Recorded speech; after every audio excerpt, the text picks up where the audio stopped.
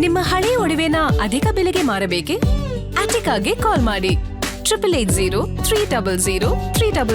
Attica gold company. ಕೆಲವೇ ಕ್ಷಣಗಳಲ್ಲಿ Bidadi township ಯೋಜನೆ ವಿರೋಧಿಸಿ ಜೆಡಿಎಸ್ನ ಹೋರಾಟ ಪ್ರಾರಂಭ ಆಗಲಿದೆ. ಹಾಗಾಗಿ ಹೋರಾಟದಲ್ಲಿ ಭಾಗಿಯಾಗುವುದಕ್ಕೆ ಕೋಲಾರದಿಂದಲೂ ಕೂಡ ಸಾಕಷ್ಟು ಜನ ಬರ್ತಿದ್ದಾರೆ, ಹೋರಾಟದಲ್ಲಿ ಭಾಗಿಯಾಗ್ತಾರೆ ಅನ್ನೋದ್ರ ಬಗ್ಗೆ ಡೀಟೇಲ್ ಸಿಗ್ತಾ ಇದೆ. ಬಿಡದಿ ಟೌನ್ಶಿಪ್ ವಿರೋಧಿಸಿ ಜೆಡಿಎಸ್ನ ವಿಧಾನಸೌಧ ಚಲೋ. ಫ್ರೀಡಂ ಪಾರ್ಕ್ನಿಂದ ವಿಧಾನಸೌಧಕ್ಕೆ ಜೆಡಿಎಸ್ನ ಪಾದಯಾತ್ರೆ ಕೆಲವೇ ಕ್ಷಣಗಳಲ್ಲಿ.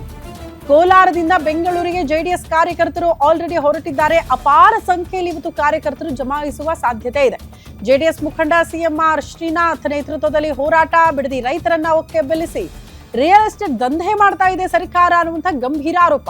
ರೈತರ ಹೆಸರಲ್ಲಿ ಪ್ರಮಾಣ ವಚನ ಸ್ವೀಕರಿಸಿ ರೈತರನ್ನ ದಿವಾಳಿ ಮಾಡೋದಕ್ಕೆ ಹೊರಟಿದೆ ಸರ್ಕಾರ.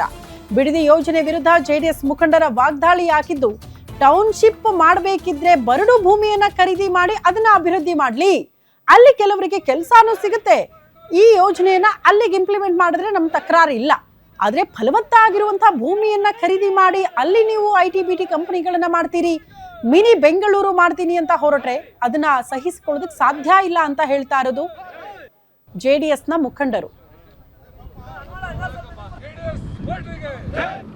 ಕಾಂಗ್ರೆಸ್ ಸರ್ಕಾರ ಮಂತ್ರಿಮಂಡಳ ಒಟ್ಟಾಗಿ ಅಟಕ ಬಿದ್ದ ರೈತರಲ್ಲಿ ಬಿಡದಿ ರೈತರನ್ನು ಒಕ್ಕಲೆಬ್ಬಿಸಿ ಇವತ್ತು ಏನು ರಿಯಲ್ ಎಸ್ಟೇಟ್ ಮಾಫಿಯಾಗಿ ಜಮೀನು ಕೊಡಿಸೋಂಥ ಕೆಲಸ ನಡೀತಾ ಇದೆ.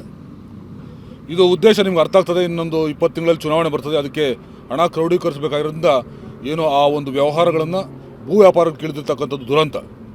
ಇವತ್ತು ನೀವೆಲ್ಲ ನೋಡಿರ್ಬೋದು, ಕಳೆದ 9-10 ಅನ್ನೋದು ಏನು ನಿಗದಿಯಾಗಿತ್ತು ಬಿಡದಿಯಿಂದ ಪಾದಯಾತ್ರೆ ವಿಚಾರದಲ್ಲಿ, ಅದಕ್ಕೆ ಎಲ್ಲಿ ಈ ಹೋರಾಟ ಮುಂದಿನ ಸರ್ಕಾರಕ್ಕೂ ಅಥವಾ ಇವರು ಕಾಂಗ್ರೆಸ್ ಪಕ್ಷಕ್ಕೂ ತೊಂದರೆ ಆಗ್ತದೆ ಅಂತೇಳಿ 2 ದಿನಕ್ಕೆ ಸರ್ಕಾರದ ಜಿಲ್ಲಾ ಆಡಳಿತನ ಬಳಸ್ಕೊಂಡು ಆಡಳಿತ ಯಂತ್ರನ ಬಳಸ್ಕೊಂಡು ಏನು 2ನೇ ದಿನಕ್ಕೆ ಮುಟ್ಕೊಳಿಸ್ತಕ್ಕಂಥ ಪ್ರಯತ್ನ ಮಾಡಿದರು. ಅದು ಮುಂದುವರೆದ ಭಾಗವಾಗಿ ಇವತ್ತು 18ನೇ ತಾರೀಕು ನಾವೆಲ್ಲ ಏನು ನಮ್ಮ ಪಕ್ಷದ ವರಿಷ್ಠರ ಆದೇಶದಂತೆ 18ನೇ ತಾರೀಕು ಇವತ್ತು ನಗರದಲ್ಲಿ, ಬೆಂಗಳೂರು ನಗರದಲ್ಲಿ ಫ್ರೀಡಂ ಪಾರ್ಕಿಂದ ವಿಧಾನಸೌಧಕ್ಕೆ ಪಾದಯಾತ್ರೆ ಹೋಗ್ತಕ್ಕಂಥ ಒಂದು ಕಾರ್ಯಕ್ರಮ. ಅದಕ್ಕೆ ಇದು ರಾಜಕೀಯ ಉದ್ದೇಶ ಅಲ್ಲ, ಇದಿರ್ತಕ್ಕಂಥದ್ದು ರೈತನು ಉಳಿಸ್ತಕ್ಕಂಥ ಪ್ರಾಮಾಣಿಕ ಪ್ರಯತ್ನದಲ್ಲಿ ಕೋಲಾರ ವಿಧಾನಸಭಾ ಕ್ಷೇತ್ರದ ಸಮಸ್ತ ರೈತರು, ಕೂಲಿ ಕಾರ್ಮಿಕರು ಎಲ್ಲರೂ ಕೂಡ ಒಟ್ಟಾಗಿ ಸ್ವಯಂ ಪ್ರೇರಿತವಾಗಿ ಇವತ್ತು ದಿವಸ ಭಾಗವಹಿಸಿಕೊಟ್ಟಿದ್ವಿ.